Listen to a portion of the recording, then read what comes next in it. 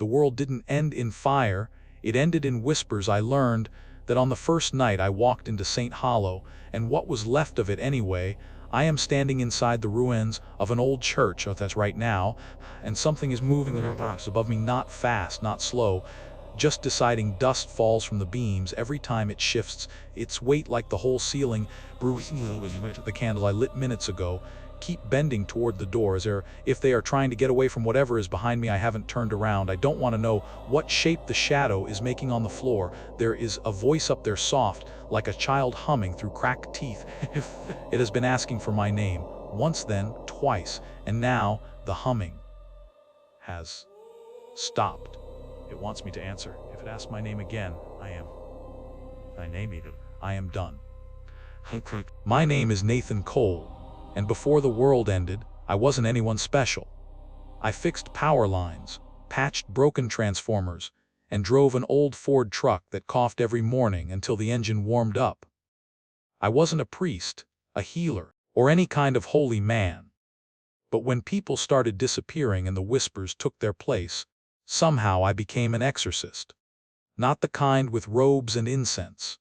The kind people called when there was no one else left to call. I live in the desert now, New Mexico, or what's left of it. If you've never stood in the middle of a wasteland after the end of civilization, let me tell you this: it feels like you're the last radio signal in a dead country.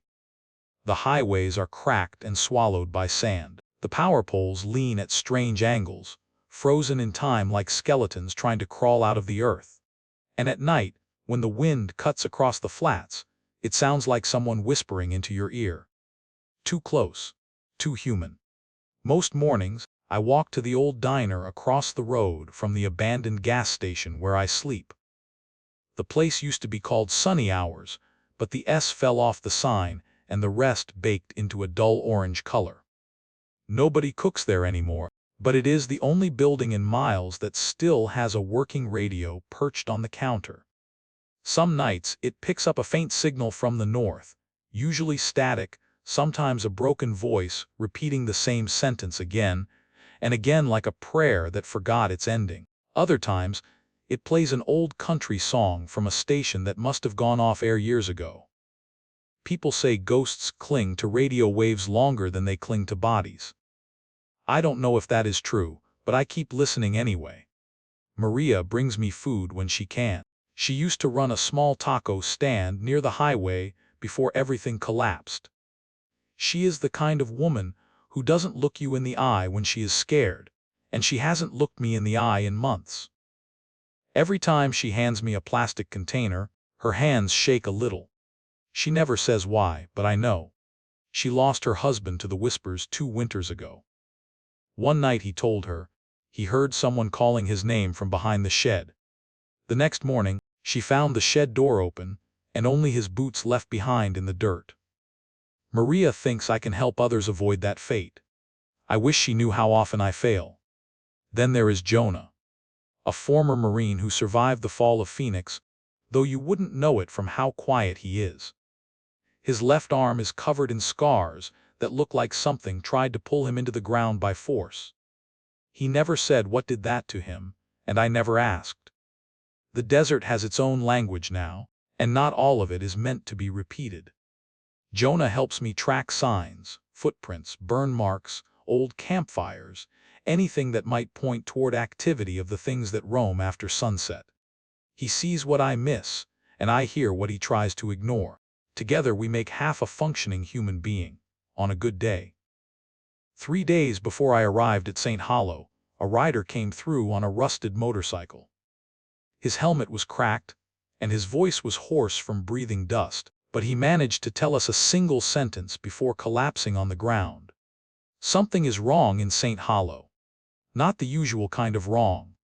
Not the wandering shadows, or the missing livestock, or the distant screams you pray are just the wind. This was different. Something old had woken up there. Something that wanted names, wanted voices, wanted attention. Jonah wanted to avoid the area completely. Maria begged me not to go. But when you become the last exorcist people can reach without crossing a war zone of abandoned cities and hunting grounds, you tend to ignore your own fear. Besides, I had been hearing footsteps outside my gas station for weeks. Not running, not rushing, just that steady, patient rhythm of something walking back and forth, waiting for me to open the door. I could feel the pressure building. If I didn't act soon, it wouldn't matter where I hid. So the morning of my departure, I packed the same gear I always bring: a flashlight with a cracked lens, a pocket Bible I never believed in until the dead started speaking, a handful of tools, and a rosary I found in a burned-out church near Flagstaff. I don't know whose it was, but the beads are warm when I hold them, even in the coldest nights. Maybe that means something. Maybe it doesn't. These days it is hard to know what counts as a sign and what is just another coincidence in a world falling apart. I set out toward St. Hollow before sunrise. The desert looked almost peaceful at that hour, painted in soft blue and gray, as if trying to pretend it wasn't haunted. But the farther I went, the more the landscape changed. The wind died. The birds vanished. Even the radio static faded into a low hum, like the frequency was holding its breath.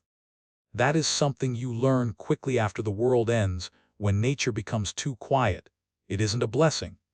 It is a warning. I passed through old American towns that had turned into Dust Bowl's gas stations half buried in sand, barns full of broken equipment, mailboxes rusted shut with letters still inside. Some houses had signs painted on their doors: "Get out, don't listen, don't answer." Others had crosses carved into the walls, though the lines were jagged, like the person carving them was shaking. Nobody came out to greet me. Nobody ever does anymore. When I reached the outskirts of St. Hollow, the hair on the back of my neck stood up. It wasn't fear. It was recognition, like whatever lived here had been expecting me. The paved roads cracked down the middle. The church steeple leaned, split almost perfectly in half. And the air carried a strange sweetness, the kind that makes you think of spoiled fruit and something rotting beneath it. I should have turned back. Any sane person would have. But I am not here because I am brave. I am here because this world needs someone willing to walk into places everyone else avoids. And because, if I didn't keep moving, the thing that whispered outside my door at night would eventually lose patience. I came to St. Hollow because I had no choice. But the deeper I walked into that silent town, the more I realized something terrifying. It wasn't waiting for a victim.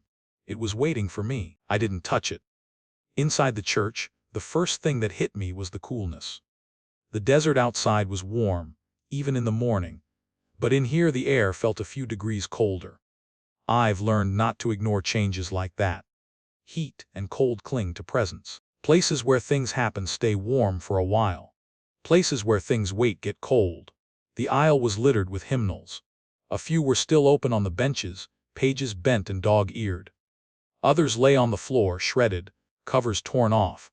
I knelt down and picked one up. The spine had been ripped cleanly in half, as if someone had done it slowly, savoring the sound of paper tearing down the middle. Verses about mercy and forgiveness stared up at me from the ruined pages. At the front, the altar cloth was bunched awkwardly, one corner hanging off, soaked in something dark. Dried blood is usually brown, flaking at the edges. This wasn't. It had sunk into the fabric in looping strokes, lines and curves that weren't random. I pulled the cloth aside. Underneath, carved into the wood of the altar, was a sentence. The letters were jagged, desperate, like they had been scratched in with something small and sharp. Maybe fingernails. Maybe something worse. Don't speak its name. I traced the grooves with my fingertips. The cuts were deep. Whoever wrote it had kept scratching long after the message was clear. Long after it mattered. The floorboards creaked overhead. I snapped my head up, listening. The church ceiling arched in dark, ribbed beams, dust drifting down through scattered shafts of colored light from the stained glass. For a moment I thought it was just old wood settling, the building exhaling after decades of standing. But then it came again. One step. Then another. Slow. Measured. Like bare feet on old planks. Not pacing. Not wandering. Moving with intent from one end of the loft to the other. "Who's up there?" I called. My voice came back to me in a low, tired echo. I waited. No answer. No change in rhythm. Just that steady, soft thump overhead, traveling above the aisle. It stopped directly above me. I could feel every hair on my arms stand up, my body trying to decide whether to run or freeze. "Fine," I muttered. "Well, do this your way." The stairs to the choir loft were tucked behind the pulpit, a narrow spiral of groaning wood. I moved slowly, hand on the railing, flashlight beam cutting thin lines through the dim. Halfway up, a sound floated down to meet me. Soft, high, delighted. A child's laugh. Not the echoing memory of a laugh, not the warped distortion of a recording, but the clear, bright giggle of someone who has just been told a secret and finds it delicious. I stopped on the step, one foot in the air. "No," I whispered, more to myself than anything else. "Not that. Children don't stay after the world ends. Not in towns like this. Not in places that write warnings in blood." The laughter bubbled again, coming from the top of the stairs. It was joined by another sound, the slow, rhythmic creak of wood, pushed just to the point of complaint and then released. A rocking chair. I climbed the rest of the way with my jaw clenched tight, flashlight beam steady, even though my hand wanted to tremble. The choir loft opened into a small balcony overlooking the main hall, with a few chairs, a small organ, and dust thick enough to write messages in.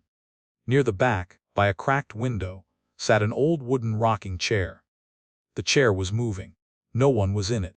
It rocked like someone had just pushed themselves up out of it, like a grandmother standing from her seat to greet a child. Back and forth, squeaking softly with each rise and fall. The air around it had that same sweet, rotten smell I had noticed in the street. I swept the light around. No hiding places. No doors. No closets. "Do you see anything?" Maria had once asked me, voice trembling, when I described the way I work. "I see what's wrong," I told her. "I hear the rest." Now, in the quiet loft, I heard the wrongness more clearly than I saw it. The tiny echoes inside this room weren't bouncing off wood and glass the way they should. They were being swallowed, like something in here was eating the sound. The rocking slowed, then stopped.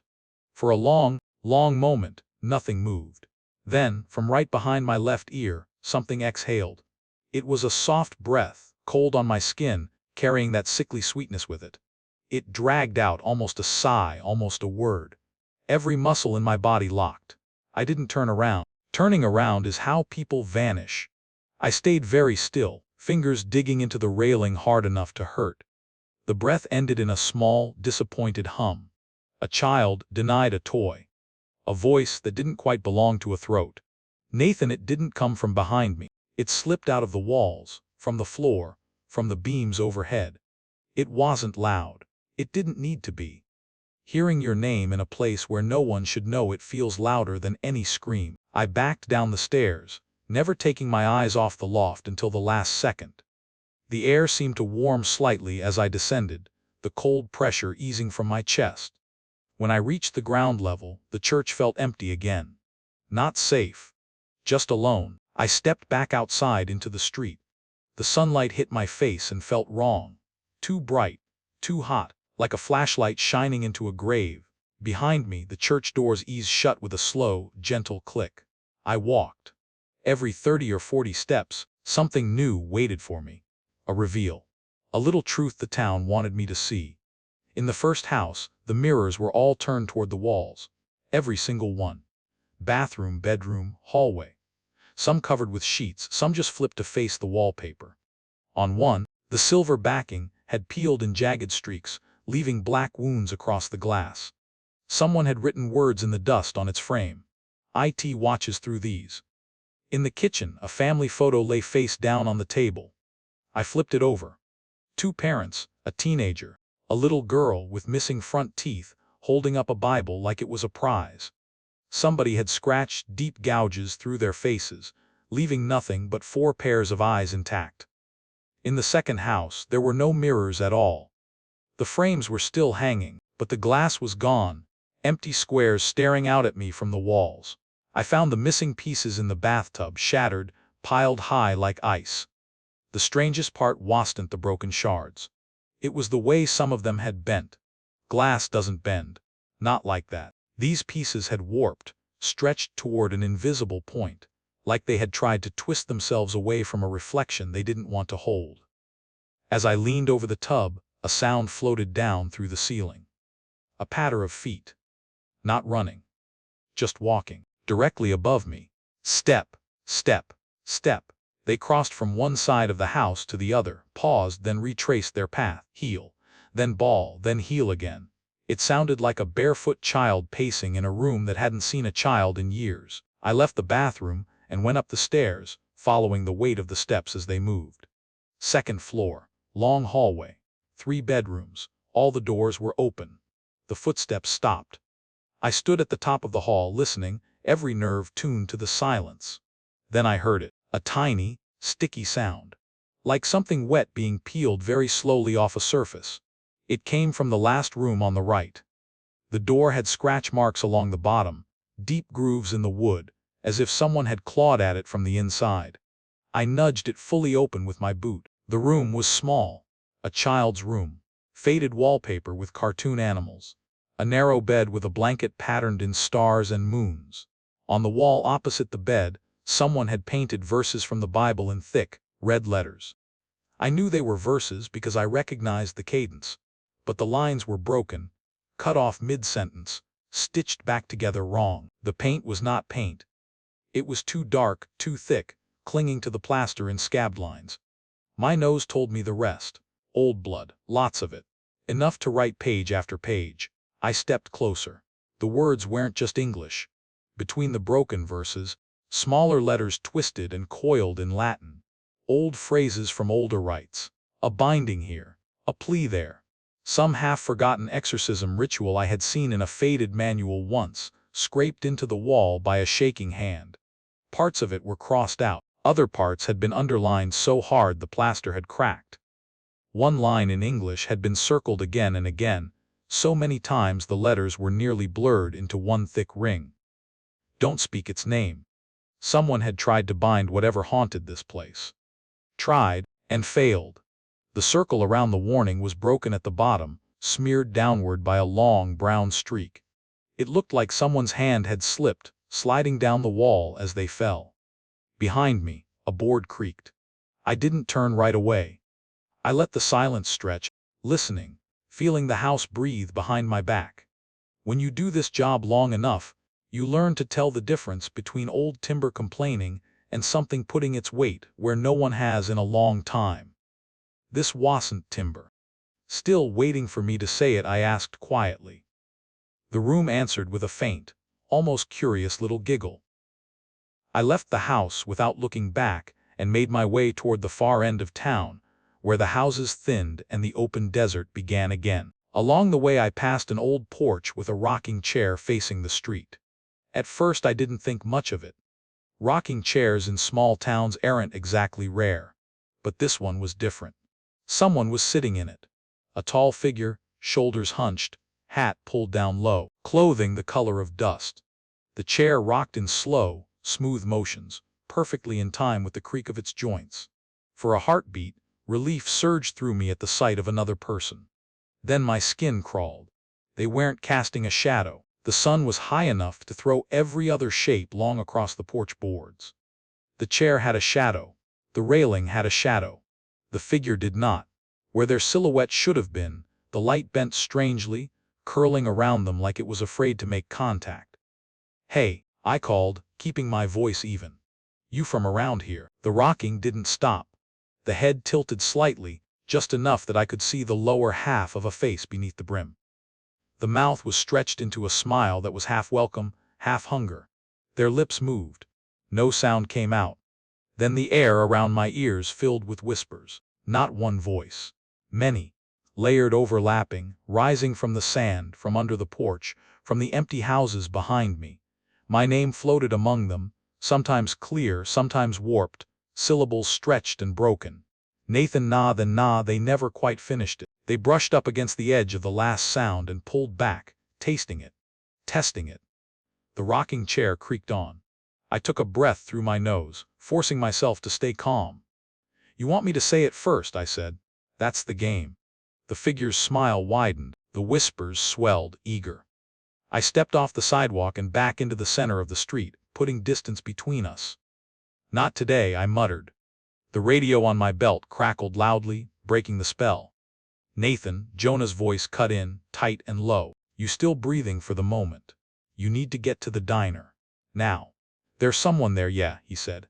Someone or something left us a message, and you're not going to like where they wrote it. I glanced back at the porch. The rocking chair was empty, still moving. The figure was gone. The whispers, for the moment, had gone with it. I headed toward the center of town again, feeling the pressure in the air coil tighter with every step. St. Hollow wasn't dead. It wasn't even sleeping. It was watching. And with every creak of a board, every warped mirror, every bloody word on the wall, it was getting closer to what it wanted.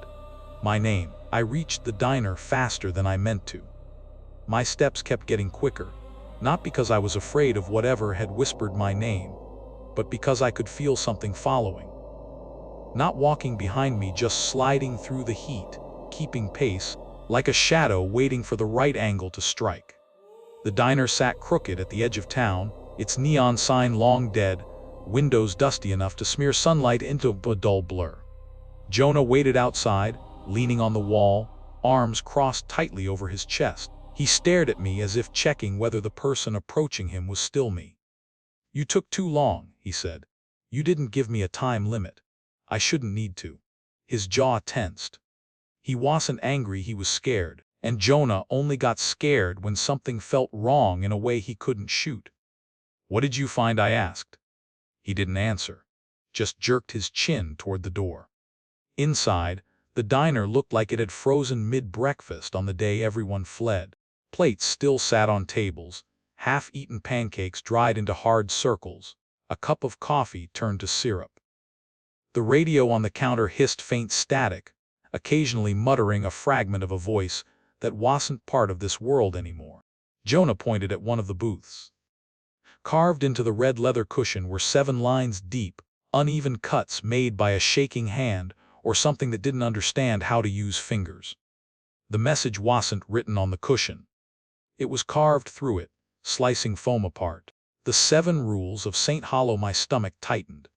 Someone had tried to warn us. Someone who didn't make it out. Jonah slid a small flashlight across the table. Read it. I leaned in. Rule 1: never speak to the whispers. As soon as I finished reading, the radio crackled and a child's voice said, Nathan, soft and sweet, as if testing whether I had learned my lesson yet. I shut the radio off. Jonah swallowed. It did that twice before you came. Don't answer it, I said. No danger of that. But he didn't look so sure. I kept reading. Rule 2: if you hear footsteps on the ceiling, stay perfectly still. A shiver ran through me. I heard those, I said quietly. Jonah didn't answer. His eyes flicked to the ceiling just once, and that was enough. I moved to the next line. Rule 3: the choir will sing at midnight. Don't listen. My head throbbed at the memory of the faint singing Jonah said had heard earlier. He rubbed the back of his neck. I thought it was interference. It wasn't. Silence stretched thin between us. I kept reading. Rule 4: cover all mirrors. They remember faces. I thought of the warping glass. The mirrors bent like they had tried to run. I thought of the photo in the kitchen, eyes left behind after everything else was scratched away. Jonah muttered, then we already messed up. There's a big mirror in the bathroom here. Well, deal with it, I said. Let me finish. Next line. Rule 5: if someone knocks after 2 a.m., it assent someone. Something cold dragged across my spine. I had heard knocking outside my gas station at least a dozen times over the past weeks. Not urgent. Patient. Waiting. Jonah looked away. Maria said she heard knocking the night her husband vanished. I said nothing. Some wounds don't need to be ripped open again. I moved to the next line. Rule 6: don't let I'd ask your name twice. My throat went dry. It already did, I whispered. Jonah stared at me. It what in the church loft. He stepped back like ID had said something contagious. Nathan, Jesus Christ. It didn't ask a third time. That's not comforting. I didn't disagree. The last line waited, carved deeper than the others. The foam split so wide, I could see the metal springs underneath. Rule 7: if the red moon blinks, run. Jonah frowned. Moons don't blink, not normally. You think it's literal? Everything here seems literal. He blew out a nervous breath. Great. That's just great. We stood there a long time, staring at the 7 rules, letting them sink in. Rules only exist when someone has seen enough to understand what must never happen again. Someone in St. Hollow had learned these the hard way. Someone had tried to leave a warning. Someone who didn't make it out alive. A low, rhythmic sound broke the silence. Thump, thump, thump. We froze. It wasn't outside. It was coming from the back hallway where the bathroom was located. Jonah's hand went to his knife. He didn't carry guns anymore, not after Phoenix, but a blade was still something real to hold on to. Could be an animal, he whispered. No animal keeps a rhythm like that. Thump, thump, thump. We moved slowly down the hallway. The air grew colder, drifting against my skin like a breath. At the end of the hall, the bathroom door stood slightly ajar. Something dark moved behind it, a shifting shadow cast by no light source. I nudged the door open with 2 fingers. Inside, the mirror above the sink had changed. Earlier today it might have reflected the empty room. Now it reflected us, but wrong. Jonah's reflection stood perfectly still, but his real self shifted nervously, weight on one foot. My reflection blinked out of sync with me, eyelids shuddering half a second too late, and behind both reflections a third shape stood between us. Tall, thin, face blurred like smeared ink. Long fingers rested on our shoulders even though nothing touched us in the real world. Jonah inhaled sharply. Get covered. I grabbed a towel off the rack and slammed it over the mirror. The moment the glass disappeared from sight, a breathy sigh seeped from the corners of the room, as if something disappointed had just slipped away. Jonah pressed a hand to his chest. I hate this town. We've seen worse, I offered. No, he said, we really haven't. We returned to the diner booth where the rules were carved, but something had changed. The first rule was deeper. Not just carved, now fresh. A new groove cut through the foam, light and trembling. Something had written over it. Never speak to the whispers, Jonah, I whispered. It's rewriting the warnings. He stared pale. Nathan, when we first walked in, that line wasn't that deep. It wants us to pay attention. Or it wants us to follow the wrong version. We didn't have time to figure out which, because that was when Maria screamed. The sound wasn't from outside town. It wasn't distant. It erupted from somewhere very close from the street, just outside the diner. Jonah bolted before I could stop him, kicking the door open and scanning the road. I sprinted after him. Maria stumbled into view from behind a pickup, clutching her arm. Her clothes were torn, and streaks of that same sweet rotting smell clung to her skin. Her eyes were wide and glassy, seeing something behind the world. It called me, she gasped. It called my name. I felt the bottom of my stomach fall. Did you answer? I asked. She shook her head violently. No, I didn't. But it kept asking, over and over. It sounded like my husband. Nathan, it sounded exactly like him. Jonah cursed under his breath. You need to get inside, I said now. We dragged her into the diner.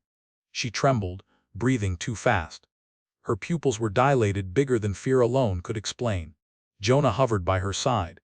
Where'd you hear it? Behind me, she said. Always behind me. I ran, but it stayed right at my back. I felt its breath on my neck. Jonah's shoulders tensed. Rule 1, I nodded. Rule 1. Maria's lips quivered. It said my name twice and then it said she stopped. What did it say? I asked. She squeezed her eyes shut. It said it only needed one more. A wave of cold rolled across the diner floor, like a tide of invisible ice. The lights flickered despite not being connected to any working power source. The radio hissed. Then the voice came again. Not a whisper this time. A word dragged through static and breath and hunger. Marie, she slapped her hands over her ears and screamed. Jonah shoved the radio to the floor and stomped it until it was silent. But the voice didn't stop. It seeped in from under the doorframes, from the cracks in the walls, from the seams of the windows. Maria, the diner lights dimmed to a sickly yellow. Maria hyperventilated. It's here, it's here, it's here. I grabbed her shoulders. Look at me. Don't answer it. No matter what happens. It sounds like him, she cried. Nathan, it sounds like him. Why does it sound like him? The voice dragged closer. Maria, Jonah gripped his knife. Nathan, Rule 6. I know. But that's her name. I know. A shadow slipped across the frosted window. Long. bent wrong, as if joints had been rearranged. Something tapped on the glass. Once, twice, 3 times. Jonah stiffened. Rule 5 says after 2 a.m. it's not 2 a.m., I said. Then why is it knocking? The tapping repeated. A rhythm this time. Tap, tap, top. Tap, tap, top. Maria clutched my sleeve. That's how he used to knock. My husband, when he didn't want to wake the baby. The tapping stopped. The shadow shifted. Then it whispered. Maria opened the door. She almost moved. Almost. I caught her wrists mid-step. That's not him. You don't know that? Yes, I said, voice low and firm. I do. The whisper slid along the walls like a snake under floorboards. Maria let me in. Jonah clenched his jaw. Nathan, this thing's not going away. No, I said. It's not. We backed toward the booth with the rules. The words carved into the leather seemed deeper than before, like they were burning their way inward. The air thinned. Sound drained from the edges of the room. The world drew in on itself until the diner felt like a coffin. Then the lights went out. A soft glow spilled from the windows outside. Red. Not the sun. Not fire. The sky above St. Hollow was bleeding. Jonah looked at me, horror dawning. Nathan, the moon outside, the red moon pulsed. Once. Then again. Like an eyelid, blinking. I grabbed both of them. We need to move. Where? Jonah hissed. Anywhere that is in here. Behind us, the whisper exhaled, long and delighted. It had waited for sunset. It had waited for the rules to unfold. Now it wanted what the 7th rule warned about. It wanted someone to be too slow when the red moon blinked. And deep in the diner, a new line carved itself into the booth cushion with a long, dragging scrape. RUN. They clamped around her ankles. Maria fell hard, clawing at the ground. Jonah, Nathan, help me. We sprinted. Jonah slashed with his knife, but the hands were not solid. They moved like smoke with muscle beneath. I grabbed Maria and pulled. The pavement cracked outward. Something rose through the fissures. Tall. Thin eyes opening beneath the surface. It smiled. Maria screamed like something was peeling her soul out of her body. The red moon blinked again, and the ground swallowed her whole. Jonah made a sound that did not belong to any living man. He dropped to his knees, pounding the earth. She is gone, I whispered. We cannot pull her back. No, he growled. I am taking something back. Anything. He ran straight toward the church. Jonah, wait. He did not. He broke rule 2. Do not move when footsteps are above you. The church doors slammed shut behind him. For a moment, the world held its breath. Then a voice drifted out. Nathan, a human voice. Father Beaumont. The priest who taught me the rites. The one who helped sanctify the dead. The one who vanished without a trace. Nathan, come inside. I pushed open the church doors. Every candle was lit. Thousands of them. On pews, floors, windowsills. Flames bowing toward the altar. Jonah stood rigid in the aisle, and at the altar stood Father Beaumont, or something inside him, his collar torn. Eyes too wide. Smile stretched far beyond human. Hello, my son, he said. Jonah whispered. Nathan. His shadow. I looked down. Beaumont's shadow did not attach to his feet. It lay beside him like a wounded animal. Father, I said, what happened to you? I was chosen, he said. St. Hollow is blessed. It is the first doorway, the first awakening. And you, Nathan, were brought here to finish the opening. I am here to close it. Beaumont's eyes dilated until nothing but darkness remained. Then you misunderstand the rules. Every candle died at once. Dark. Then thud. Footsteps above. Heavy ones. Not the light steps from earlier. Something fully formed was up there. Jonah grabbed my sleeve. We have to go. Too late, Beaumont whispered. The ceiling cracked. Dust rained down. A massive arm smashed through. Fingers long and blackened, joints bending wrong. The creature pulled itself through the ceiling. Limbs unfolding like a spider. Its face a blank plane with 2 pale glowing eyes. Jonah yelled. Nathan, run. We ran. But the church doors slammed shut. You cannot leave, Beaumont said. The rite is not complete. The rite, I snapped. 3 offerings, he said. One who broke the first rule. Maria. I clenched my fists. One who broke the second rule. Jonah cursed. And last, Beaumont pointed at me. One who heard its name and still lives. The creature landed on all 4s. Limbs twisting. Jonah shoved me aside. Go. I will stall it. You will die. Go. Beaumont chanted. His voice split into many. His shadow crawled, forming symbols. The creature lunged. Jonah dodged but was hit and thrown across the room. I grabbed a metal cross and rammed it into the creature. It recoiled slightly. Jonah shouted. Nathan, break the sigil. The glowing circle beneath Beaumont pulsed. He screamed as I drove the cross through the center. Light exploded. Beaumont writhed. The creature spasmed. Candles burst into sparks. Windows shattered. The church shook. Jonah crawled toward me. Nathan, it is collapsing. I dragged him toward the back door. Beaumont shrieked. You cannot deny the seventh. The moon has blinked. The door is open.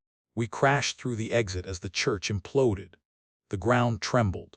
The red moon blinked once more.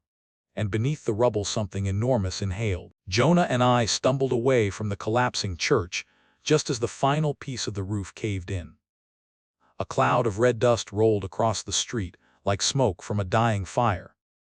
The red moon above stopped blinking and hung in the sky like a frozen wound. Jonah coughed blood and leaned against me, but his eyes stayed locked on the rubble as if hoping something impossible might crawl back out. Maria was gone. Father Beaumont was gone. Half of St. Hollow had been swallowed by something beneath the earth. But we were still alive, or so I thought. Jonah shivered. Nathan, it is still down there, right? I did not answer, not because I did not know, but because the truth was too clear. The entire town stood silent, windows dark, no wind. Even the static that haunted the radio towers all day had died. It felt like St. Hollow was waiting for its next sentence, its next breath.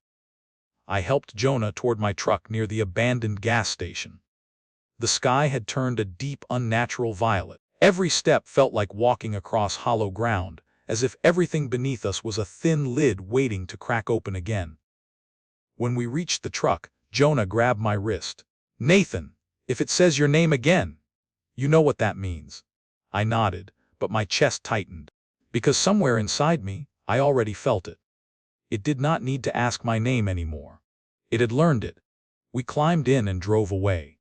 St. Hollow faded behind us, swallowed by the desert. Only when the last building disappeared from the mirror did Jonah breathe out. We made it. We are free. I wanted to agree. I really did. But the desert wind was not blowing. So what brushed the back of my neck when we reached a small town an hour away? Jonah fell asleep in the passenger seat. I parked outside a dim motel and sat there with both hands gripping the steering wheel. Something in the dark behind me felt aware, listening. I forced myself to get out. The air was calm. Streetlights flickered. Nothing unusual. But as I opened the trunk to grab my bag, something slid out and hit the ground. A small folded piece of paper. Old, yellow, crumpled at the corners. I picked it up and opened it. 7 words scratched in frantic, uneven handwriting.